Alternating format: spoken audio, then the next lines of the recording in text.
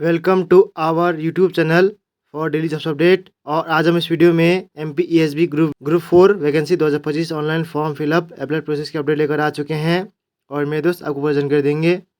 Group 4 के अंतर्गत assistant grade 3 steno clerk data entry operator helper teacher और भी अन्य पोस्ट के लिए 966 वैकेंसीज निकली हुई है, जिनके लिए आपसे ऑनलाइन आवेदन पत्र मंगाए जा रहे हैं। ऑनलाइन आवेदन करते समय आपको कोई भी ऐसी गलती या फिर मिस्टेक नहीं करनी होगी जिनके करने से आपके एप्लीकेशन फॉर्म रिजेक्ट हो सकते हैं। ऑनलाइन आवेदन करते समय आपको कुछ महत्वपूर्ण बातों का भी ध्यान रखना होगा, तभी आपके फॉर्म सक्सेसफुली सबमिट हो पाएंगे। और ऑनलाइन आवेदन करते समय आपको फोटोग्राफ, सिग्नेचर, डॉक्यूमेंट्स कैसे और कितने केबी में अपलोड करने होंगे, कंप्लीट जानकारी आपको इस वीडियो में दी जाएगी। दोस्तों, आवेदन करने के केवल 2 दिन शेष रह गए हैं। लास्ट डेट की अपडेट है, आप जल्द से जल्द अपना फॉर्म फिल कर ले, कहीं मौका हाथ से छूट न जाए। इस वीडियो में हम आपको ये भी जानकारी दिखाएंगे कि क्या यहाँ पर category wise, post wise vacancies है, क्या एलिजिबिलिटी क्राइटेरिया है, क्या हाउ टू अप्लाई का पूरा प्रोसीजर रहने वाला है, कैसे आप ये नोटिफिकेशन की PDF डाउनलोड कर सकते हो और कैसे आप अप्लाई ऑनलाइन कर सकते हो। स्टेप बाय स्टेप पूरी जानकारी के लिए आपको ये वीडियो शुरू से लेके एंड तक बिना स्किप किए हुए देखनी होगी। इस वीडियो को कंप्लीटली देखने पर ही आपके सभी सवाल और डाउट क्लियर होंगे। तो चलिए दोस्तों, बिना कोई वक्त गंवाए शुरू करते हैं MPESB group 4 vacancy 2025 form fill up की पूरी जानकारी। फॉर्म भरने से पहले आपको हमारी वेबसाइट विजिट करना होगा, जिसका लिंक आपको नीचे description plus first comment box में मिल जाएगा। और हमारे पेज पर विजिट करके आप यहां से ग्रुप 4 का फॉर्म फिल कर सकते हो। Madhya Pradesh employ selection board की ओर से ग्रुप 4 के लिए वेरियस पोस्ट निकाली गई है, जैसे कि AG3 assistant grade 3 steno clerk data entry operator helper teacher और भी अन्य पोस्ट है। 966 वैकेंसीज निकली हुई है। लास्ट डेट आवेदन करने की 17 मार्च 2025 है। केवल 2 दिन शेष रह गए हैं, आप जल्द से जल्द अपना फॉर्म फिल कर ले। 19,500 से 62,000 सीली है। 12वीं पास अप्लाई कर सकते हैं। 18 से 40 वर्ष आयु सीमा है। जनरल या अदर स्टेट के लिए 560 रुपए फीस है। SC/ST OBC के लिए 310 है। यहाँ पर ऑनलाइन मोड से आप फीस पेमेंट कर सकते हो। रिटर्न एग्जाम से सिलेक्शन होगा, ऑनलाइन अप्लाई कर सकते हो। MP Madhya Pradesh job location है, ऑल इंडिया से ऑनलाइन कर सकते हो। esb.mp.gov.in पोर्टल से, जिसकी ऑफिशियल वेबसाइट है। इंपोर्टेंट लिंक सेक्शन के अंतर्गत ऑफिशियल नोटिफिकेशन PDF लिंक पर क्लिक करके आप इसकी PDF डाउनलोड कर सकते हो। इसमें आपको कंप्लीट जानकारी दे दी गई, जैसे कि आवेदन करने की डेट, फीस शुल्क आपका क्या रहेगा, कैसे आप अप्लाई कर सकते हो, qualification, age limit, selection criteria आपका क्या रहने वाला है, फोटोग्राफ, सिग्नेचर, डॉक्यूमेंट्स कैसे और कितने केबी में आपको अपलोड करने होंगे ऑनलाइन आवेदन करते समय, प्रीवियस ईयर पेपर की जानकारी, साथ साथ सब्जेक्ट वाइज सिलेबस भी आपको डिटेल में दे दिया गया है। तो अप्लाई ऑनलाइन करने से पहले आपको ये नोटिफिकेशन की PDF पूरा पढ़ना अनिवार्य है। इसको पूरा पढ़ने से ही आपके सभी सवाल और डाउट क्लियर होंगे। PDF रीड आउट करने के बाद में आपको अप्लाई ऑनलाइन लिंक पर क्लिक करना होगा, तो आपके सामने इसका ऑनलाइन का पोर्टल ओपन हो जाएगा। जी हाँ दोस्तों, मध्य प्रदेश कर्मचारी चयन मंडल का ये ऑनलाइन पोर्टल है। इसके थ्रू आप इस भर्ती के लिए अपने फॉर्म अप्लाई कर सकते हो। यहाँ पर आने के बाद आपको समूह 4 के अंतर्गत ग्रेड 3 स्टेनो टाइपिस्ट, लेखक व अन्य समकक्ष पदों की सीधी भर्ती व बैकलॉग हेतु संयुक्त भर्ती परीक्षा 2024 के सेक्शन में आना है। और गाइस, यहाँ पर आकर आपको इस ग्रीन कलर के इस इमेज पर क्लिक कर देना है। उसके बाद आपके सामने कुछ इस तरह से इंटरफेस ओपन होगा। यहाँ पर आकर आपको इस चेकबॉक्स को ओके करना है, फिर आप आगे बढ़ाएं, इस ऑप्शन पर क्लिक कर दें।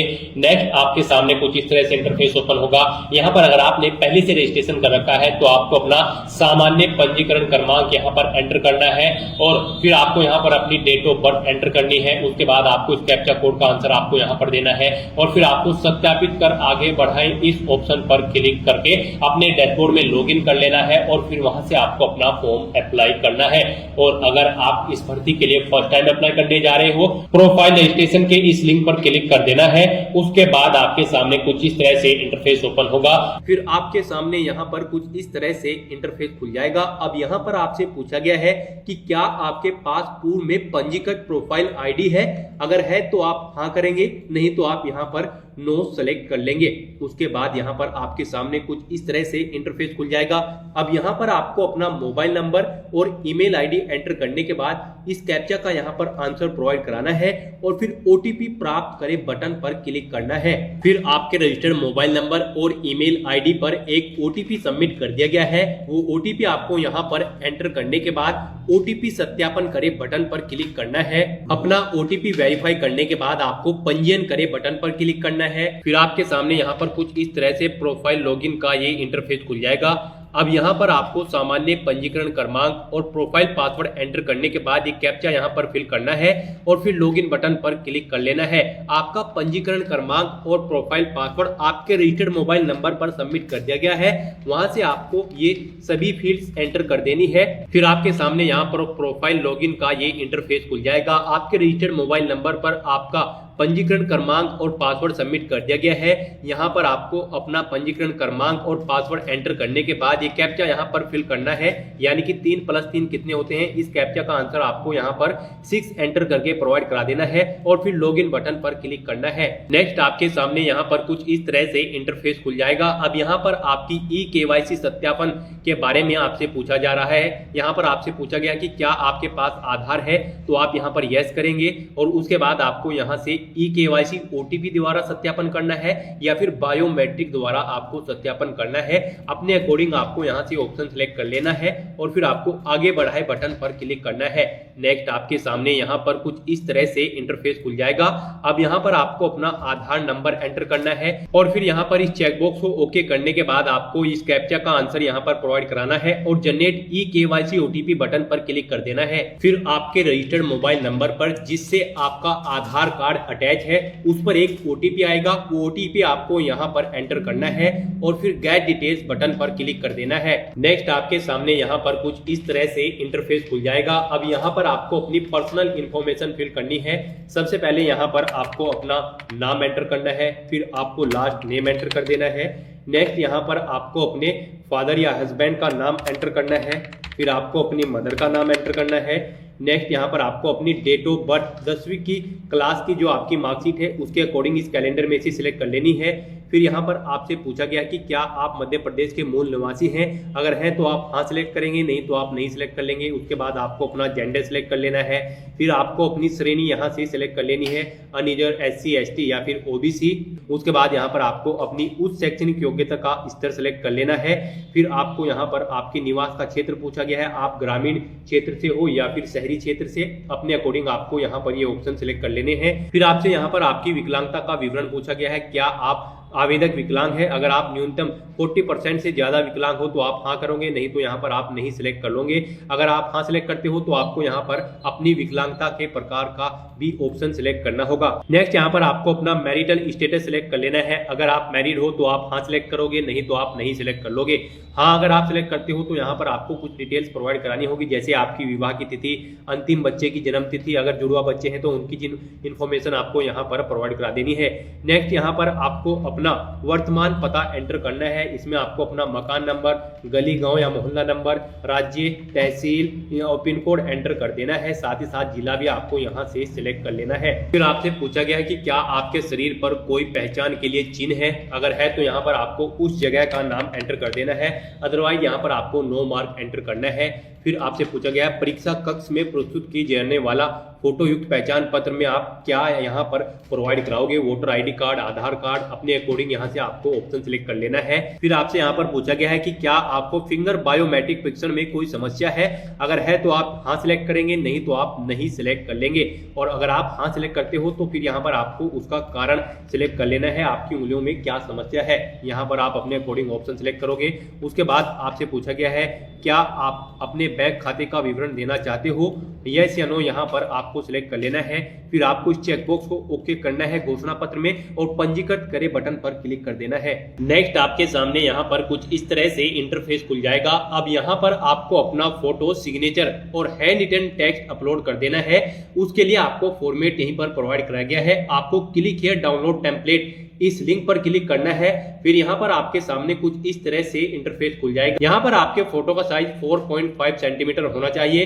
हस्ताक्षर के लिए भी आपको यहाँ पर ये बॉक्स बॉक्स प्रोवाइड कराया गया है, इसमें आपको अपने हस्ताक्षर करने हैं और यहाँ पर स्वघोषणा सेल्फ डिक्लेरेशन यानी कि हैंड रिटन टेक्स्ट आपको इस बॉक्स में राइट कर देना है। और फिर उसके बाद यहाँ पर आप इसका सैंपल भी चेक कर सकते हो। व्यू सैंपल इमेज इस लिंक पर क्लिक करने के बाद आप अपने इन डॉक्यूमेंट्स का पूरा सैंपल यहाँ से चेक कर सकते हो। ऐसे यहाँ पर आपको अपना फोटो अपलोड करना है और अपने हस्ताक्षर करने हैं और यहाँ पर इस बॉक्स में आपको अपना सेल्फ डिक्लेरेशन टेक्स्ट एंटर कर देना है और उसके बाद यहाँ पर आपको इस चूज फाइल बटन पर क्लिक करके इसको फाइल को अपलोड कर देना है और फिर व्यू इमेजेस बटन पर क्लिक करने के बाद आप अपने इस इमेज को चेक कर सकते हो। गाइस, यहाँ पर आपका फोटो सिग्नेचर और हैंड रिटन टेक्स्ट एक ही फाइल में आपको ऐसे सेटअप कर देना है और फिर यहाँ पर मुझे अपना फोटो उचित स्थान पर सही और स्पष्ट दिखाई दे रहा है इस चेकबॉक्स को और हस्ताक्षर के सामने भी इस चेकबॉक्स को और यहाँ पर हस्तलिखित टेक्स्ट के सामने इस चेकबॉक्स को ओके करना है और फिर upload photo signature handwritten text button पर क्लिक कर देना है। नेक्स्ट यहाँ पर आपको अपनी जन्म तिथि प्रमाण पत्र और अनुसूचित जाति और अनुसूचित जनजाति या फिर अन्य पिछड़ा वर्ग का प्रमाण पत्र भी चूज फाइल बटन पर क्लिक करके फाइल को सिलेक्ट कर लेना है और फिर अपलोड बटन पर क्लिक करके अपना ये डॉक्यूमेंट्स भी अपलोड कर देने हैं। तो इस तरह से यहाँ पर अपने फोटो सिग्नेचर और ये हैंड रिटन इमेज अपलोड करने के बाद आपको अपनी कास्ट सर्टिफिकेट और यहाँ पर अपनी जन्म सर्टिफिकेट यानी कि बर्थ सर्टिफिकेट अपलोड करने के बाद सबमिट डिटेल बटन पर क्लिक करना है। नेक्स्ट आपके सामने यहाँ पर कुछ इस तरह से इंटरफेस खुल जाएगा और फिर उसके बाद आपको यहाँ पर नीचे स्क्रॉल डाउन करने के बाद प्रिंट प्रोफाइल रिसिप्ट बटन पर क्लिक करके अपनी प्रोफाइल की एक रिसिप्ट प्रिंट ले लेनी है फ्यूचर रेफरेंस के लिए। तो इस तरह से यहाँ पर आपकी प्रोफाइल का सक्सेसफुली रजिस्ट्रेशन हो चुका है। अब आपको यहाँ पर एक सामान्य पंजीकरण क्रमांक प्रोवाइड करा दिया गया है, इसके द्वारा आप लॉगिन करके अपना ऑनलाइन फॉर्म फिल कर सकते हो। फिर आपको दोबारा से हमारी वेबसाइट के इसी पेज पर आना है, अप्लाई ऑनलाइन के इस लिंक पर क्लिक करना है। उसके बाद आपके सामने यही इंटरफेस ओपन होगा। आपको एक बार फिर से यहाँ पर ग्रीन कलर के इसी इमेज पर क्लिक कर देना है। समूह 4 के अंतर्गत के इस सामने वाली ग्रीन कलर की इमेज पर आपको क्लिक करना है। फिर आपको दोबारा से इस चेकबॉक्स को ओके करना है, आगे बढ़ाएं इस ऑप्शन पर क्लिक करना है। अब यहाँ पर आपको अपना सामान्य पंजीकरण क्रमांक एंटर करना है जो आपको रजिस्ट्रेशन करने के बाद मिला है। अपनी डेट ऑफ बर्थ आपको यहाँ पर एंटर करनी है। इस कैप्चा कोड का आंसर आपको यहाँ पर देना है और सत्यापित कर आगे बढ़ाएं इस ऑप्शन पर क्लिक कर देना है। नेक्स्ट आपके सामने यहाँ पर कुछ इस तरह से इंटरफेस खुल जाएगा। अब यहाँ पर आपको कुछ फील्ड तो ऑटोमेटिकली फिल मिल जाएंगी जो आपने रजिस्ट्रेशन टाइम पे फिल की है। बाकी की डिटेल्स अब आपको यहाँ पर फिल कर देनी है। आपको इस पेज को नीचे स्क्रॉल डाउन करना है और आवेदक द्वारा संलग्न अन्य दस्तावेज सेक्शन में आकर यहाँ पर आपसे पूछा गया है कि आप भूतपूर्व सैनिक हो, दिव्यांग हो या फिर बिना वर्ग हो, तो यहाँ पर आपको अपने अकॉर्डिंग सिलेक्ट कर लेना है। अगर आप भूतपूर्व सैनिक हो तो की गई सेवा की अवधि यहाँ पर आपको माह में एंटर करनी होगी, नहीं तो यहाँ पर आपको नहीं सिलेक्ट कर लेना होगा। फिर उसके बाद आपसे पूछा गया है कि क्या आप मध्य प्रदेश शासन के अधीन छटनी शुदा कर्मचारी हैं, अगर हैं तो आप हाँ करेंगे, नहीं तो यहाँ पर आप नहीं सिलेक्ट कर लेंगे। उसके बाद अगर आप हैं तो यहाँ पर अवधि माह में एंटर कर देंगे। क्या आप विधवा, परित्यागता, तलाकशुदा है तो उसके यहाँ पर आपको येस या नो सिलेक्ट कर लेना है अपने अकॉर्डिंग। यहाँ पर ये ऑप्शन आपको डिसेबल कर दिया जाएगा अगर आप अनमैरिड हो। फिर उसके बाद यहाँ पर आपसे पूछा गया है क्या आप विक्रम पुरस्कार में सम्मानित खिलाड़ी हैं, अगर हैं तो आप हाँ पर सिलेक्ट करोगे, नहीं तो आप यहाँ पर नहीं सिलेक्ट कर लोगे। फिर यहाँ पर आपको क्लिक है टू सिलेक्ट प्रेफरेंस इस ऑप्शन पर क्लिक करना है। उसके बाद आपके सामने यहाँ पर कुछ इस तरह से इंटरफेस ओपन होगा। गाइस, यहाँ पर ग्रुप 4 की सभी पोस्ट आपको शो कर दी गई है। आप 1 बाय 1 करके सभी पोस्ट चेकआउट करें और अपनी क्वालिफिकेशन यहाँ पर अपनी क्वालिफिकेशन के अकॉर्डिंग आप जिस पोस्ट को जिस नंबर पर प्रेफरेंस देना चाहते हैं उसे यहाँ पर आप फर्स्ट नंबर पर सिलेक्ट कर दें। यहाँ पर आपको हाँ के इस ऑप्शन पर क्लिक करना है, पोस्ट सिलेक्ट हो जाएगी फर्स्ट नंबर पर और फिर आप पद चुने के सामने इस चेकबॉक्स को ओके कर दें। फिर वो पोस्ट आपकी यहाँ पर इस सेक्शन में शो कर दी जाएगी। यहाँ पर आप जिस पोस्ट को फर्स्ट नंबर पर सिलेक्ट करेंगे वो यहाँ पर फर्स्ट नंबर पर प्रेफरेंस में आएगी, जिसे सेकंड नंबर पर सिलेक्ट करोगे उसे सेकंड प्रेफरेंस यहाँ पर दी जाएगी। तो यहाँ पर आप पोस्ट के अकॉर्डिंग आपको शैक्षणिक एवं अन्य जो अर्हताएं हैं, जो रिक्वायर्ड क्वालिफिकेशंस हैं वो यहाँ पर दी गई है। आप इन्हें रीड करें और अपनी क्वालिफिकेशन के अकॉर्डिंग पोस्ट सेलेक्ट कर लें। नेक्स्ट, अगर आप मध्य प्रदेश राज्य के रोजगार कार्यालय में पंजीयन हो तो आपको यहाँ पर उसकी डिटेल भरनी है, जैसे कि पंजीयन क्रमांक, पंजीयन दिनांक और पंजीयन जिले का नाम यहाँ पर आपको सिलेक्ट कर लेना है। उसके बाद यहाँ पर आपसे पूछा गया है कि आप अपनी परीक्षा शहर की प्राथमिकता क्रम से यहाँ पर सिलेक्ट कर सकते हो। प्राथमिकता फर्स्ट में यहाँ पर आपको 4 ऑप्शन प्रोवाइड कराए जा रहे हैं, जहाँ पर आपका एग्जामिनेशन सेंटर रहेगा। यहाँ पर आपको ये चारों सिटी सिलेक्ट कर लेनी है 1 बाय 1 करके। उसके बाद यहाँ पर आपको घोषणा पत्र में आकर इस चेकबॉक्स को ओके करना है और फिर आगे बढ़ाएं बटन पर क्लिक कर देना है। नेक्स्ट आपके सामने यहाँ पर कुछ इस तरह से इंटरफेस खुल जाएगा। आपके एप्लीकेशन फॉर्म का पूरा प्रीव्यू यहाँ पर आपको शो कर दिया गया है। अब यहाँ पर आपको इस पेज को नीचे स्क्रॉल डाउन करना है, सभी डिटेल्स को 1 बाय 1 करके केयरफुली रीड कर लेना है और फिर यहाँ पर प्रिंट बटन पर क्लिक करके आपको अपने एप्लीकेशन फॉर्म का एक प्रिंट आउट ले लेना है फ्यूचर रेफरेंस के लिए। और अब यहाँ पर आपको प्रोसीड टू पेमेंट इस बटन पर क्लिक करना है। फिर आपके सामने यहाँ पर पेमेंट गेटवे का ऑप्शन खुल जाएगा। यहाँ पर आप अपनी एप्लीकेशन फीस का amount net banking, debit card, credit card, IMPS, UPI या फिर वॉलेट के थ्रू जमा करा सकते हो। यहाँ से सक्सेसफुली पेमेंट करने के बाद आप फॉर्म 2022 सक्सेसफुली कंप्लीट हो जाएगा। तो दोस्तों ऐसे आप मध्य प्रदेश कर्मचारी चयन मंडल MPESB ग्रुप 4 के इन 966 खाली पदों को भरने के लिए अपने फॉर्म अप्लाई कर सकते हो बिना कोई मिस्टेक किए हुए। आज की इस वीडियो में बस इतना ही। आई होप ये वीडियो आपको पसंद आई होगी। अगर पसंद आई हो तो इसे लाइक और शेयर करें। चैनल पर नए हो तो इसे सब्सक्राइब कर लें। Thanks for watching.